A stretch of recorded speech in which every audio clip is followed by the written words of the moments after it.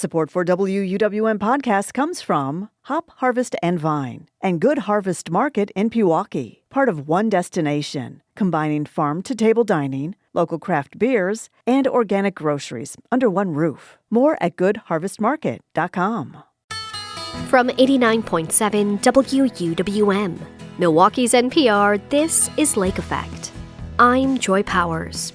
Today, a new report looks at strategies Wisconsin policymakers could take to make childcare more affordable. Then, we'll learn about Milwaukee's bygone movie palaces and what happened to them. The buildings are in rough shape. They reduced their seating capacity by the 60s or 70s. You can't sell 3,000 tickets to a movie anymore. Plus, in our Books and Beyond series, we explore the impact of Milwaukee Public Library's Entrepreneur in Residence program.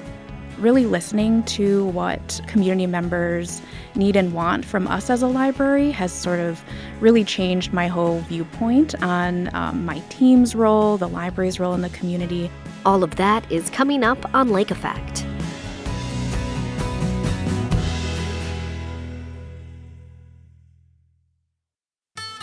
This is Lake Effect from 89.7 WUWM, Milwaukee's NPR. I'm Joy Powers, and thank you so much for joining us. The availability and affordability of childcare is an issue that's only becoming more pressing across the country. There's the high cost for families, low wages for workers, tight margins for providers, and the strain on the broader workforce as parents weigh whether to work or stay home. So how can our state and local governments help address this problem? According to a recent report from the Wisconsin Policy Forum, there are options to make childcare more affordable, but there are limits to what we can do. The report looks at why funding to offset childcare costs is such a challenge in Wisconsin specifically, and what we can learn from other states' broad-scale solutions. Sarah Shaw is the Deputy Research Director at the Wisconsin Policy Forum, and she joins Lake Effect's Audrey Nowakowski to go over their findings. So let's start with some definitions and context of the study before we kind of break it down further. When we are talking about childcare, what does that scope look like? Because it's not simply daycare, which might be what comes to mind first for people. That's right. So oftentimes we think about childcare as synonymous with early education care. So thinking about the 0 to 5 range, perhaps before children go to school. Sometimes we're thinking about 0 to 8 gets considered those early years.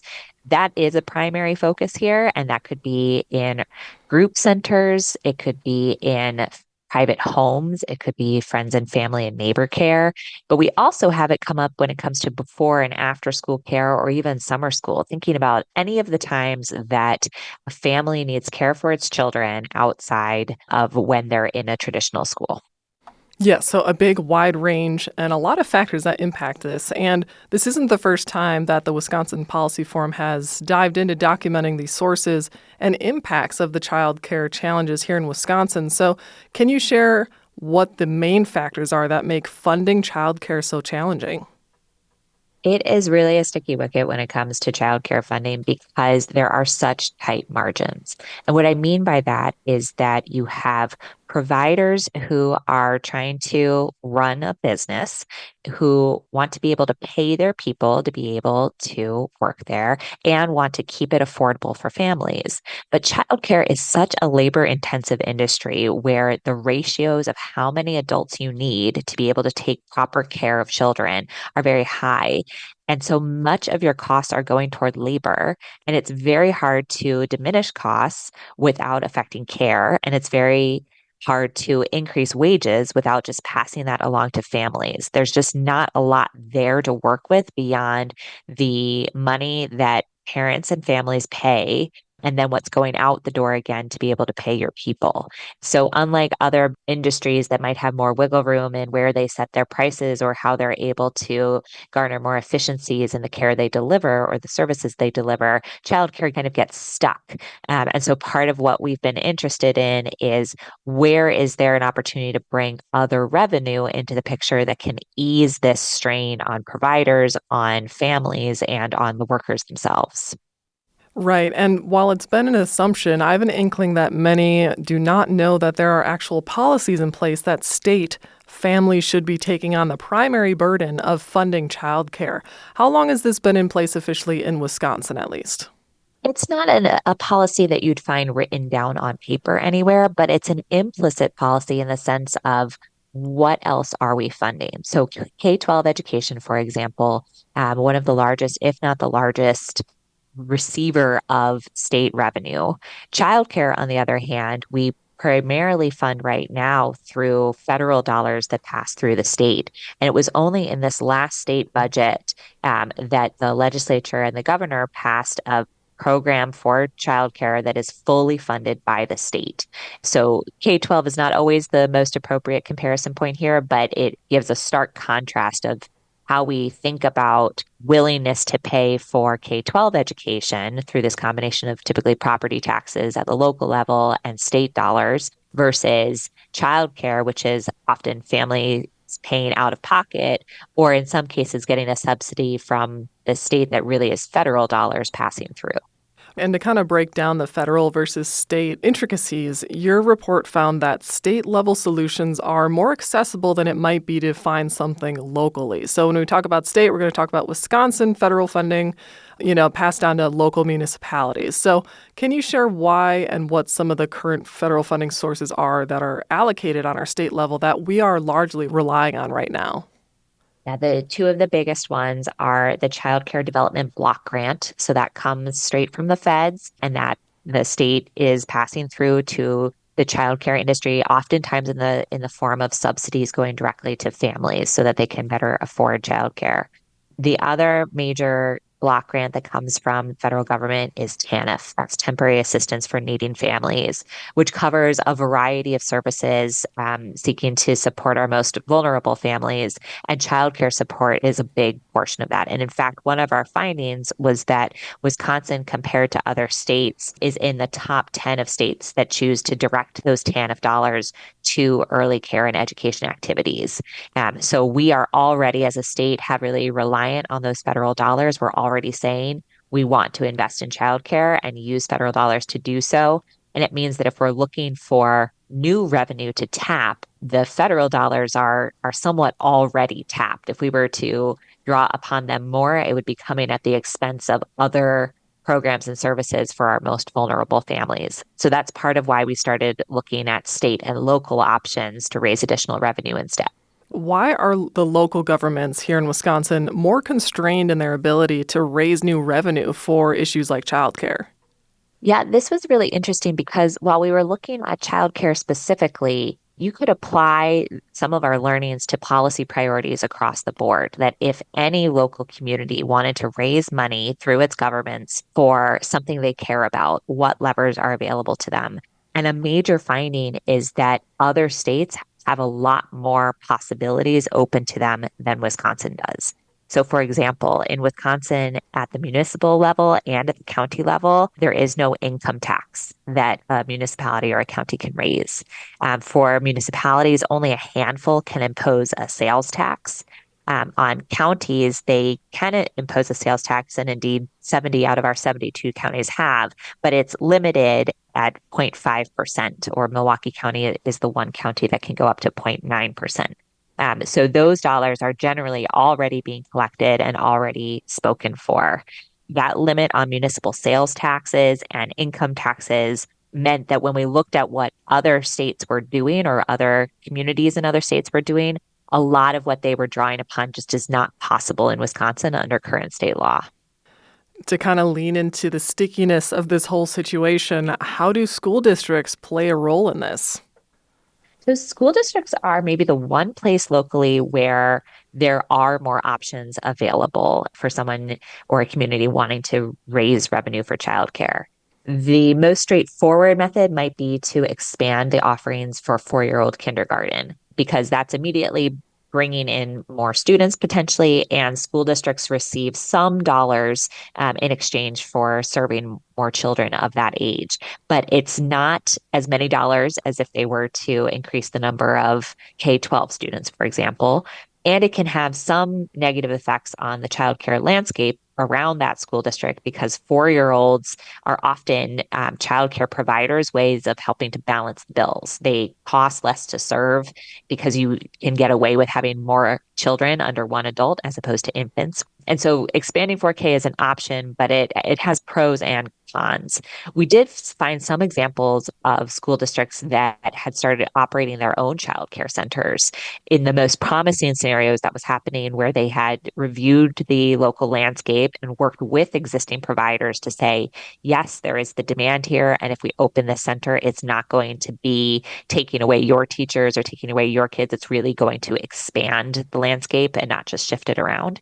And there were a couple of examples we highlighted, in particular in the Frederick School District and in Sauk Prairie School District, where these centers are up and operational in a way that's not putting the school district in too much deficit and, in fact, potentially even raising revenue. So there's some interesting innovations happening across the state in the role that school districts might play. So let's say the state wants to establish new levels of funding streams and use that revenue specifically for childcare. How would we go about that? Well, when we looked across other states, we saw a number of different avenues that states had taken to try to get at that goal. One of them is to raise new taxes. The big negative here is that that is not typically a very popular way of going about things, but it has happened in other states, and the proceeds from it in terms of how much new revenue comes through can be quite high. So examples here, Vermont put a tax on payroll. Massachusetts has taxed any income above $1 million. Louisiana is taxing net proceeds from sports wagering. So it really depends on political appetite here, but you could implement a new tax or raise existing taxes and earmark it for specific policy priorities like childcare. Worth noting here that Wisconsin currently has its lowest state and local tax burden on record. So one might think, okay, maybe there's some room to work with taxes there. On the other hand, you might say, actually, that's where we want to be, and we don't want to implement more. Another one that has come up more frequently recently is establishing trust funds. So these work like your own investments, where you put in often kind of a large upfront sum and then are invested in the markets, and the proceeds from that can continue funding either the trust fund or dedicated priorities. So Connecticut and Montana did this recently. They had large surpluses in their general funds. They used those surpluses to seed new trust funds that are getting drawn down at various points to help fund policy priorities of the state. In the case of Connecticut, directly to childcare. In the case of Montana, childcare among some other options. You gave some examples like, say, theoretically, Wisconsin legalizes marijuana. Taxes from that could go towards childcare or sports betting, right? That's right. That's right. We do have sports betting legalized right now on tribal lands. So that would be some sort of renegotiation if it were to open up. But the state really has large latitude here to tax basically anything. And it's more about negotiating what's going to be palatable at the policymaker and political level. And is it indeed having the intended impact that they would wish? Definitely. Now, no matter what state you're in, whether it's Wisconsin or out on the West Coast, there's just a general consensus that childcare is a long-term investment. So how does investing in childcare benefit more than just people who have children in need of care? Yes. So first, we can think of childcare as a workforce issue as much as a family issue. When families are deciding what to do when a child is born in terms of their work decisions, there are many families who are trying to balance, especially if they have multiple children. Is it actually worth having both parents in the workforce, given how high the cost of childcare is? And businesses can be thinking about this as a talent recruitment and retention strategy rather than losing members of their workforce to childcare. They could instead be supporting childcare or supporting policies that support childcare, or on a lower end, showing just in the way that they might offer health insurance or other benefits that supporting childcare for their employees can be a perk that they offer. So some of the revenue options that we've seen in Wisconsin and nationally are really looking to kind of leverage this employer role. And I think this interest in kind of drawing employers in, whether through tax incentives or cost shares, is one that will be very interested in tracking, especially in the examples that would link state and locals together. So I'll give one other example that we saw. Louisiana has a state matching fund where if local communities either raise from their own coffers or fundraise for childcare revenue, the state will match and you get this compounding effect. So some innovation happening elsewhere in the country that we'll just be interested to see if it takes root in Wisconsin at all. Definitely. Well, for today, Sarah, I want to thank you so much for explaining and breaking down your study about funding the first years and beyond. Oh, thank you so much for having me. A pleasure to talk it through.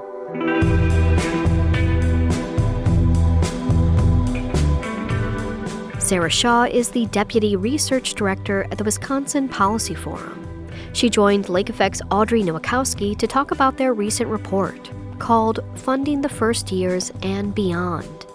You can find a link to the full study at wuwm.com. Do you need some flexibility for when you listen? You can listen to Lake Effect on demand. Find it as a podcast wherever you like to listen, to download and enjoy on the go. In about 15 minutes, we'll tell you about the Entrepreneur in Residence program at the Milwaukee Public Library. But first, we'll learn about the rise and fall of Milwaukee's movie palaces.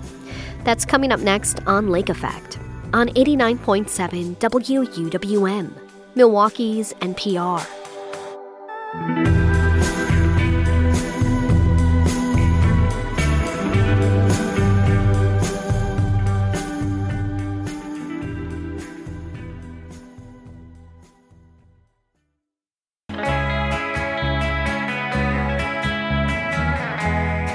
You're listening to Lake Effect on 89.7 WUWM.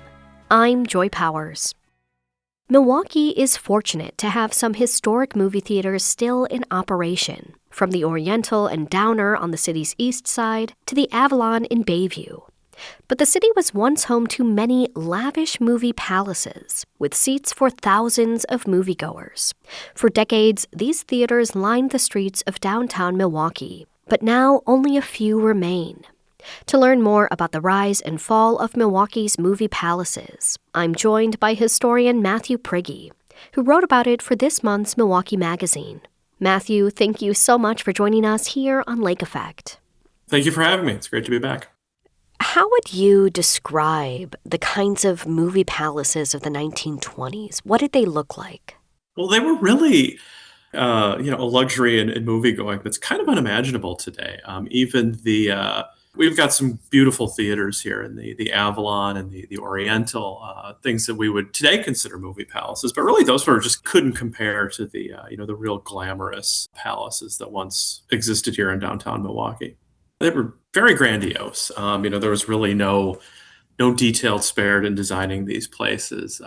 Marble in the lobbies, very nice staircases, the furnishings, the draperies on the walls, everything was designed to be very, very plush and a very, engaging environment.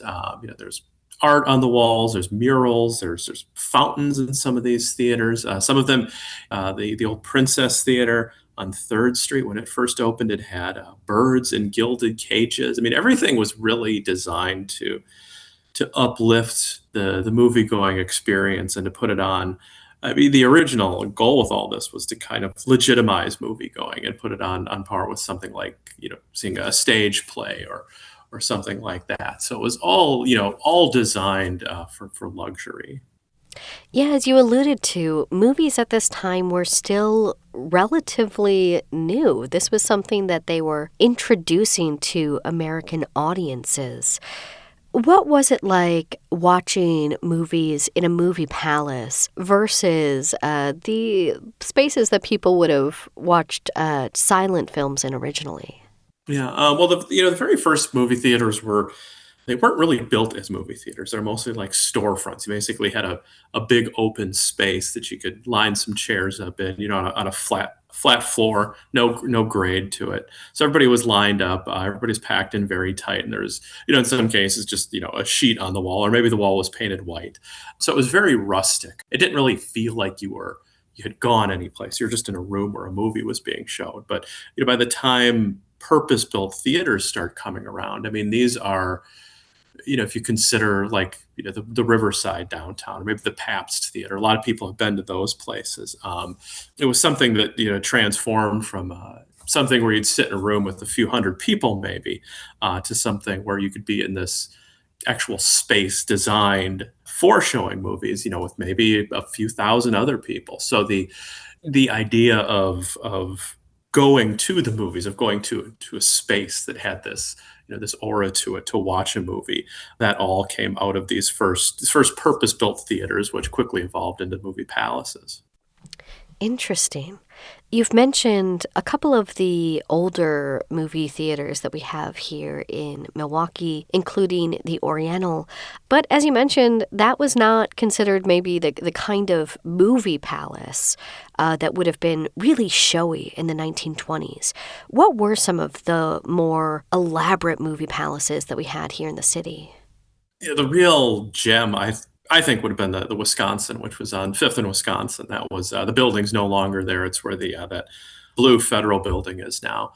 That opened up, I think, in 1924, and that was it was such an event when this theater opened. I mean, they actually had a parade down Wisconsin Avenue just with people, citizens, and people, civic boosters, and that kind of thing. It was kind of like the opening of a new sports stadium or something like that. It was, it was considered a point of civic pride that one of these things existed. So certainly, the Wisconsin, that one sat over 3,000 people. The Warner, which is of course still around today, came around in the early 30s. That was a little late, kind of very tail end of the movie palace boom. But there was also the Alhambra, which was an older stage theater, which was a very large, very ornate theater that showed movies for a long time. And really the one that kind of spans the whole progression of movie exhibition downtown to be the Princess Theater, which is on 3rd Street, which opened up or was renovated in 1909, really to be the first-rate picture house, the term they'd use at the time, but was kind of a precursor of the the movie palace concept, but definitely a very upscale, ornate, very clean building that was again meant to legitimize motion pictures. As you mentioned, the construction of these movie palaces began to taper off toward the end of the 20s, certainly into the 30s. And of course, we have the Great Depression in the 1930s. Movies became very important during that time. A lot of people found kind of an escape in these movie palaces.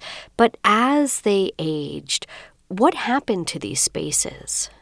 Well, a lot of, and you're right, by the Warner, I think, opens up in 31 or 32, and that's really not just in Milwaukee, but really nationally, kind of like the end of theater construction for a long time. Some of the, more minor theaters started to close in the 30s just because there was, a huge saturation for so many movie seats in downtown that some things were bound to kind of fall off. But a lot of the big ones, the theaters that I'd mentioned, they stayed open through the end of the war, World War II. With the return to peacetime, you see a huge surge in movie going. Really, the peak of movie going happens, that year or so right after the end of the war. But then it falls off really quickly. You start to see a lot of these places hit hard times. Fewer people are going downtown. More people are moving to the suburbs. And into a lot of these places are still open into the 60s and 70s in downtown, but they're showing different kinds of movies now. They're showing more exploitation films. Eventually, by the late 60s into the early 70s, a lot of these places are showing adult films. By the early 70s, about half of the theaters in downtown Milwaukee are either occasionally or full-time showing sex films. What ends up being really the death knell for the movie palaces? Is it, the fact that they are now showing pornography, or do the buildings just deteriorate? I mean, it's a combination of a lot of things. And, the idea of, a lot of these theaters, they got a lot of their money from showing movies during the day. A lot of them opened, in the morning, relying on downtown foot traffic for shopping. And by, the 60s into the 70s, that's pretty much, that is starting to taper off as well. People are still going, just kind of happening to go see a movie, but now there's, mall theaters. That's where a lot of people are doing their shopping now, is shopping malls, designated shopping areas like that on the, more periphery of the city. Less people think of downtown as a place to go see a movie. That the buildings are in rough shape. They reduced their seating capacity by the 60s or 70s. You can't sell 3,000 tickets to a movie anymore. And plus, changing, how people conceive of downtown, that's changed. So it's a lot of factors that contribute to this. And by the 70s, there's only a few of them that are still open. There's a few more that shut their doors in the 80s. And by the 90s, you've really only got the Warner, or at that time it was being called the Grand. That's really the last one standing in downtown. And then that closes in, I think, 1994. What ended up happening to the Princess? It was resilient for what it was showing. By the 80s, it was showing hardcore pornography, and it had a loyal clientele base. They got loyal enough to keep it open. But one of the by the early 80s, you see a lot of efforts to try to revitalize downtown. Of course, the Grand Avenue Mall opens up at that time. One of the compromises with the Princess and the city and the mall was that after the mall opened, the Princess stopped putting the titles of their movies on the marquee. It just said, like call for show times or something like that. But that's, I think they lasted until 86, and then the city condemned the building, and they were preservationists were making some kind of effort to preserve the building historically, and the city, before they would potentially face any legal restrictions on the property from that effort, they just punched a hole in the side of the building with some kind of front end loader or something like that, and rendered it unfit and tore it down. The Warner Theater has found a new life with the Milwaukee Symphony Orchestra. If you go inside, you can see, of course, a lot of the original artwork that was featured on the walls. The space is really an homage to what it would have been originally. They restored it quite lovingly. As we think of what's been now more than 100 years, I suppose, since the movie palaces were first opened, what do you see as their legacy here in the city? Well, I think the legacy is really part of this idea of downtown, and what people once thought of downtown as a place where this was really the commercial heart of the city. It's where you went shopping. It's where if you wanted to buy a really nice suit, you once had to go downtown to one of the stores here. If you wanted to see whatever big band leader that was coming through town, it was downtown. And with the movies too, like the way the movie business was set up, when a new movie came out, it was downtown. You couldn't see it in your neighborhood. A theater like the Oriental back in the 20s and 30s, a movie had to be out a few months before it would show up there. So really, if anything, if you want to kind of experience what was going on, culturally or economically, you had to be downtown, and that idea is sort of forgotten today. But, at one time, everything was downtown. So I think the movie palace era kind of represents that. It was the place to be. Mm-hmm. Well, Matthew, thank you so much for joining us here on Lake Effect and sharing your work. Of course. Thanks.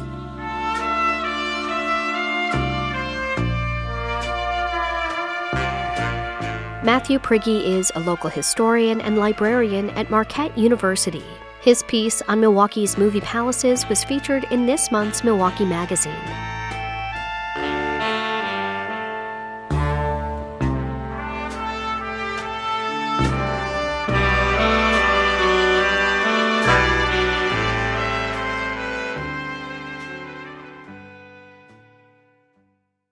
The library is more than just books. Our series with the Milwaukee Public Library, Books and Beyond, showcases that by sharing resources, book recommendations, and cool stuff you might not know about. Today, we're learning about MPL's Entrepreneur in Residence program. It launched in the summer of 2024 as a collaboration between the library and a local entrepreneur. The program provides mentoring and other resources to current and aspiring entrepreneurs and small business owners. To learn more, Lake Effect's Audrey Nowakowski is joined by Christina Gomez. the Library Services Manager for the Business and Technology Department at Central Library, along with Ellie Rivera, who was the first resident of the program. So, Christina, we'll start with you. Can you explain what the Entrepreneurship in Residence program is at MPL and when it started? Yeah, definitely. So the Library Entrepreneur in Residence, it's this really wonderful new initiative that the library started in summer of 2024. And what it does, it's basically a collaboration between the library and a local successful entrepreneur that provides free workshops, free one-on-one mentoring to current and aspiring entrepreneurs and small business owners. So it's a really wonderful way that we're supporting, mentoring, educating local small business owners while also really highlighting the resources that the library has to offer. So you shared some of the details of this program, but can you get into more of the specifics of what's required of the EIR during this time and what the relationship is like between the library and the resident? Yeah, definitely. So the entrepreneur in residence, what we're asking of them is to not only bring in their experience with starting a small business, but also their passion for supporting the next generation of small business owners and entrepreneurs. So we ask that they spend time developing programs that will be hosted at the library, spending time mentoring the folks who are attending those workshops and looking for additional support for their business, and then collaborating with the library on building up our collection, right? So what books and resources are we offering as a library that can support this particular demographic? And then working with us to better enhance the services that we offer as a library as a whole. Excellent. So, Ellie, you were the first EIR for the library. So can you share a bit about your background and what motivated you to apply? Yeah, so really being a lifelong serial entrepreneur, born and raised here in Milwaukee, the library, as I shared with Christina when we had first met, had some very personal connections, for me. And so really it was just a perfect opportunity to tie in my life experience, my professional experience, and the wonderful network of folks that I have been fortunate to meet over my lifetime. And so it was a really natural fit. I was really excited when actually our venture capital fund manager had shared the information with all of us. And I thought, my goodness, this is an opportunity to have a real impact within the entrepreneur community, especially the more overlooked community at large that we saw as possibly being the main beneficiaries of the program. Would you mind sharing a bit about your personal connection to the library, being a Milwaukee resident here? Yeah. So early on in my childhood, I had, due to mental health issues, a father who was absent from my life would occasionally pop in and out. And I knew that was always his sanctuary when he was kind of having his episodes. We would often, not often, but in those frequent meetups have the opportunity to connect, and it would oftentimes be there or in the neighborhood. And so that was always just kind of like just an orbit that was familiar to me. A safe space. A safe space, absolutely. Yeah. Then that's the case for a lot of people, definitely. And you mentioned that you're a serial entrepreneur. Can you explain some of the specifics, or at least what you're currently doing as an entrepreneur in business? Yeah, absolutely. My journey in entrepreneurship, I hadn't recalled this, but my mom often, reminds me of the times I would, sell my toys on the porch stoops to the neighborhood kids once I was tired of them. So it kind of began there, and had two roads really. There was the kind of positive above ground entrepreneurship opportunities, and there were opportunities that led to some trouble in my life, which also is part of the story why I was so drawn to this opportunity. And your work's mission revolves around the importance of justice-impacted entrepreneurship. So can you explain that concept a little bit more, and what kind of businesses are showing this by example, whether it's your own or others you've supported? Yeah, so the idea behind The Way Out and the online platform, thewayOuthelps.com, is really originally focused 100% on working with justice-impacted individuals either in the community or coming out of incarceration, reentering, and matching them with supportive service providing organizations prior to the job board component, which is obviously finding employment from these fair chance employers. And so to answer the question, of who are those employers, or at least what verticals, they represent, a lot of our folks tend to gravitate and find success in hospitality, retail, construction, warehousing. Those are really, some of the sweet spots. And of course, manufacturing here in Wisconsin is huge. And so, we're always looking for the business owners who lend themselves to giving folks second chances, sometimes third, fourth, fifth chances. And this whole program, its aim is to build an ecosystem that develops and sustains and grows future entrepreneurs here in Milwaukee. But what do you feel is the community's strength and weaknesses when it comes to this goal to support entrepreneurs? I think the intention is great. There's some really, really amazing stuff going on, and the intention of cultivating these spaces and offering these resources are really, motivating and inspiring.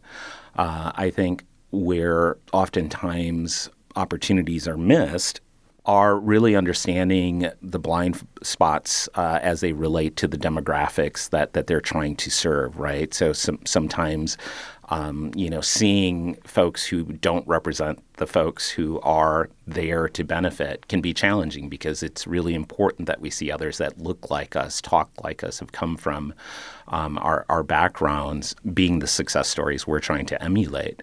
So I think that's it. But for the most part, the intention, the heart, all of that is in the right place. And then the other part of entrepreneurship that I think is the greatest opportunity in our community is having potential customers, i.e. businesses, existing businesses, really support the entrepreneurs by purchasing their products and services, right? Rather than waiting until it's been refined or proven. Part of it is growing through the bumps together with your first customers, right? And I think there's oftentimes a hesitation for established businesses to take that on. And I think if they just understood what a benefit having real life experience with real life customers can bring, maybe we would see more support directly and thereby creating some traction for these startups. So this question is for the both of you with both your backgrounds and perspectives. So naturally, the people who participated, who were under you, Ellie, learned from this program. But what do you both feel you learned or, had main takeaways from your experiences for this entrepreneur in residence? As a librarian, I often think about what my role is here in the community. As a business librarian especially, I come into this space not having started my own business, but I'm very passionate about connecting people to resources, information. So I view myself as like a connector. And learning from Ellie and learning from everyone, those 100 people who attended, is that really listening to what community members need and want from us as a library has sort of really changed my whole viewpoint on my team's role, the library's role in the community, and listening more intently and then delivering on what they're asking us to deliver on. So the feedback we received from Ellie's residency was so positive, and they literally told us we are looking for more financial planning, financial literacy workshops for business owners. That's something we can deliver as a library. So both that kind of intentional listening and also just feeling really inspired by the passion that everyone brings to the project and to these spaces. And for you? I think the first takeaway was during our first session, which was understanding the tremendous amount of resources that are available for entrepreneurs in the library. Oftentimes as entrepreneurs or startup founders, it's more about kind of finding what's your cool office going to look like or something like that. Sure. And then really realizing you can have an office, you can have resources, and at low to no cost, and it's called the library. It's kind of your incubator, right? So that was really eye-opening, everything from the free databases that you could use to the meeting spaces to the, individual conference rooms and such. So that was huge, just understanding that. And now having 6 children who are all entrepreneurs, having an opportunity to share with them, like, hey, go to the library. Yeah. So that was really cool. I think the gratitude from the community, as Christina was saying, running into folks and them remembering and highlighting and continuing to be tapped in, that was really incredible. Again, the gratitude. I knew people would be grateful for the opportunity, but not at the level that they have been. So that's been awesome. And yeah, it's just all around was a wonderful experience.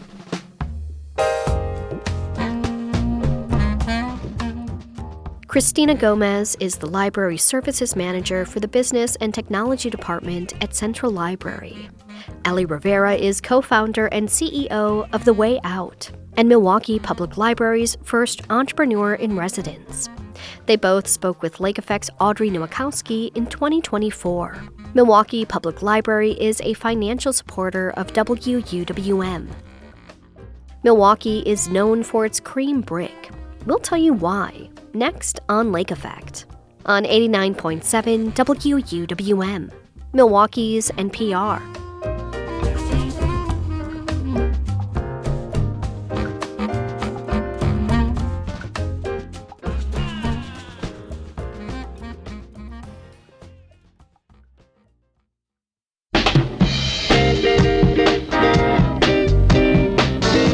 This is Lake Effect on 89.7 WUWM. I'm Joy Powers. Many of Milwaukee's historic buildings are made of milky yellow bricks, giving it the nickname Cream City. To learn the history behind Milwaukee's famous bricks, Lake Effect's Excret Nunez speaks with historic preservation planner Andrew Stern. He starts by explaining the nickname. So the Cream City name developed because of the multitude of cream brick buildings that were found throughout the city of Milwaukee and southeastern Wisconsin in the 19th century. The brick-making industry was very large here, and we had some very prominent businessmen, George and his brother John Burnham, and they had brickyards on the south side of the Menominee River Valley that produced millions and millions of bricks. They really started kicking it into high gear in the 1850s, and then their business lasted in the valley through the rest of the 19th century. Their children ended up becoming brickmakers too. But the brick that was produced there, as opposed to a red brick, was a soft cream yellow color. So when brick buildings were constructed, they used their local brick, and just the multitude of buildings that were going up were cream-colored, and Milwaukee developed the nickname of Cream City based on the number of brick buildings that we had here. So that kind of leads me into my question of why did the city rely on using these soft cream-colored bricks for its buildings and not the average red brick? Because of the clay that is found in the Menominee River Valley and along Lake Michigan, the clay found here is higher in magnesium and calcium. And when that burns, it dilutes the effect of the red iron that's found in the clay. So the clay is fired very hot and it produces a cream-colored brick. And in the 19th century, before the railroads were here, it just would have been really unfeasible to ship bricks. So that was our local product, and we embraced it. We loved it, and it really brought a lot of attention and renown to Milwaukee and helped us develop this identity. People would come and visit and then write home about this beautiful yellow city, and it really kind of helped put Milwaukee on the map as the city was developing. That's really interesting. And so does its history primarily have ties to Milwaukee, or do other cities in Wisconsin and beyond have a history of its own using these bricks too? Yeah, so Milwaukee had the largest industry that produced the Cream City bricks, but we also shipped millions and millions of these bricks first to the East Coast, and then later with the development of the transcontinental railroads. A lot of Western cities would use the Milwaukee brick as a facing brick. And there's evidence of a number of the bricks being sent to Chicago following the Great Fire down there. The cream Milwaukee brick was used for a number of lighthouses along Lake Michigan on the Michigan side. It was used for City Hall in Utica, New York. And there's also a funny story. from one of the newspapers describing how the editor of the Albany Journal kept a single Milwaukee Cream City brick on his desk for people to come and look at. And the newspaper article was speculating that there would be orders of Milwaukee brick to Albany before long after people see what a fine product it was. You mentioned what the brick is made of. Is it still used today to build structures? No, by about the end of the 1920s, a number of factors helped kind of end cream brick production in the city of Milwaukee. Architectural trends had really changed by about the turn of the century. A lot of structures were starting to use marble and stone more prominently. Also, it was easier to get red brick shipped via railroad here, so a lot of red pressed brick was showing up in the city. Also, a number of the clay deposits were just exhausted by about the turn of the century, and the demand wasn't there for it as much anymore. Fast forward to today, where can these cream-colored buildings be found throughout the city? Yeah, they are still around, obviously not in the numbers that they once were. It's amazing if you look at photographs of downtown from the 1870s and 1880s, like almost every building you see is a brick building. So unfortunately, the city doesn't quite have that number of structures anymore, but there are some great locations to check out. I would say Walker's Point is a great area where there are a number of large commercial and residential structures that are constructed of cream brick, and there's some really nice warehouse buildings down there that were constructed of Cream City brick. Closer to downtown, the brewery districts, Schlitz Park and then the Pabst Brewery Complex, a large number, if not all of their buildings that were originally part of the brewery complexes were constructed of Cream City brick. But the Cream City brick is kind of known for picking up environmental damage. That could be in the form of algae growth, but definitely with the number of coal-fired power production and just method of heating homes from the 19th century, through into the 20th century.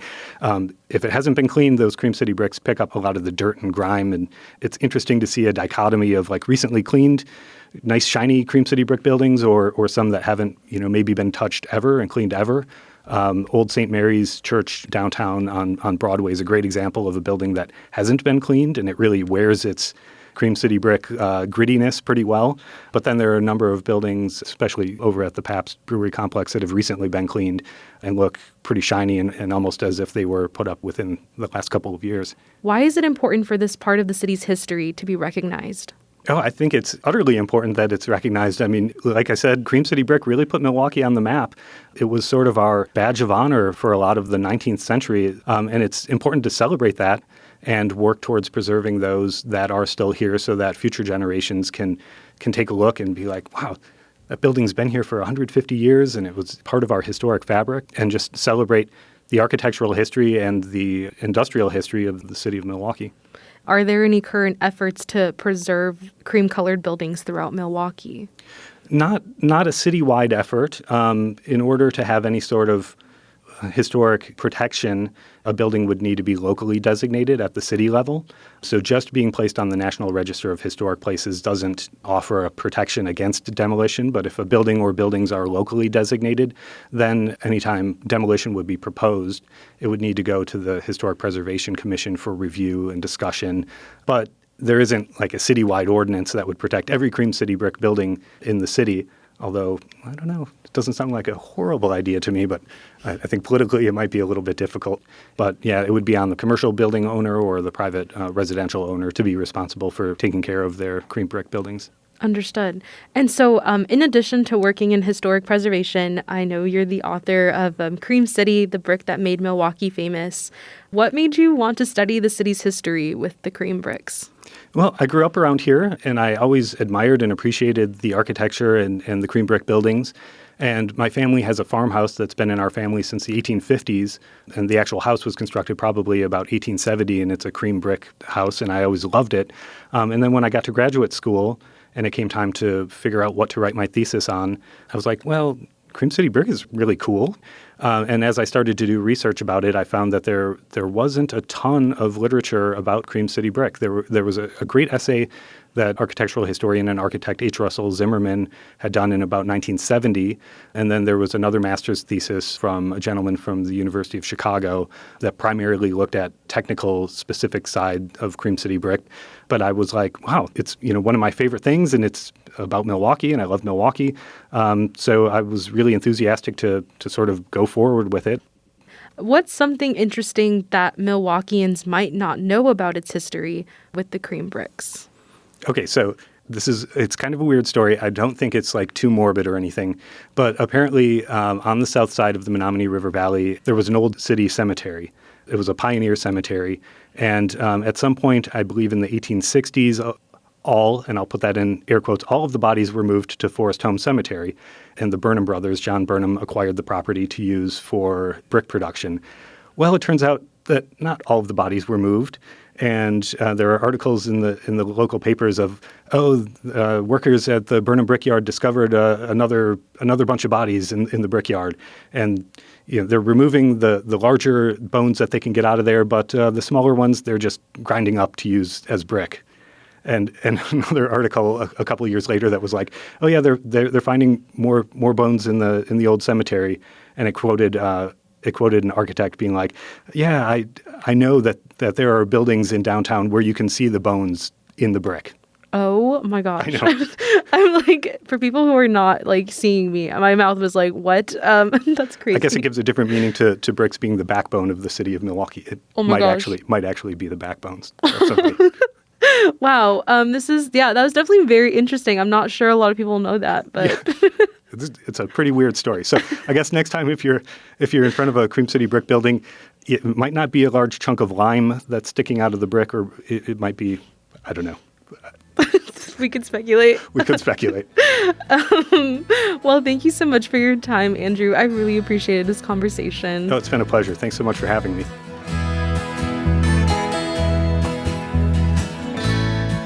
Andrew Stern is a senior planner of historic preservation for the city of Milwaukee. He spoke with Lake Effect's Excret Nunez in 2023.